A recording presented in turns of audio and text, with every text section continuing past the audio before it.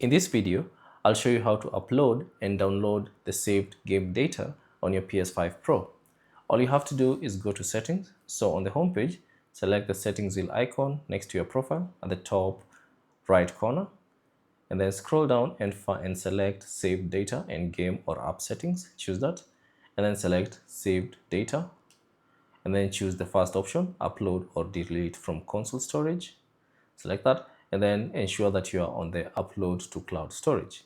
Now keep in mind, for you to upload the game data to the cloud storage, you need to have a PS Plus subscription active. So from here, select the game that you'd like to upload the data for. So let's say, for instance, this one. Select it, and then you should see the selected size. Then click on upload, and that will upload that particular saved data. So you should see this prompt. Auto synchronization for this data is turned on for this game. Do you want to continue? You can select yes, and that will upload the game data. You may also get this prompt: do you want to overwrite the saved data in the cloud?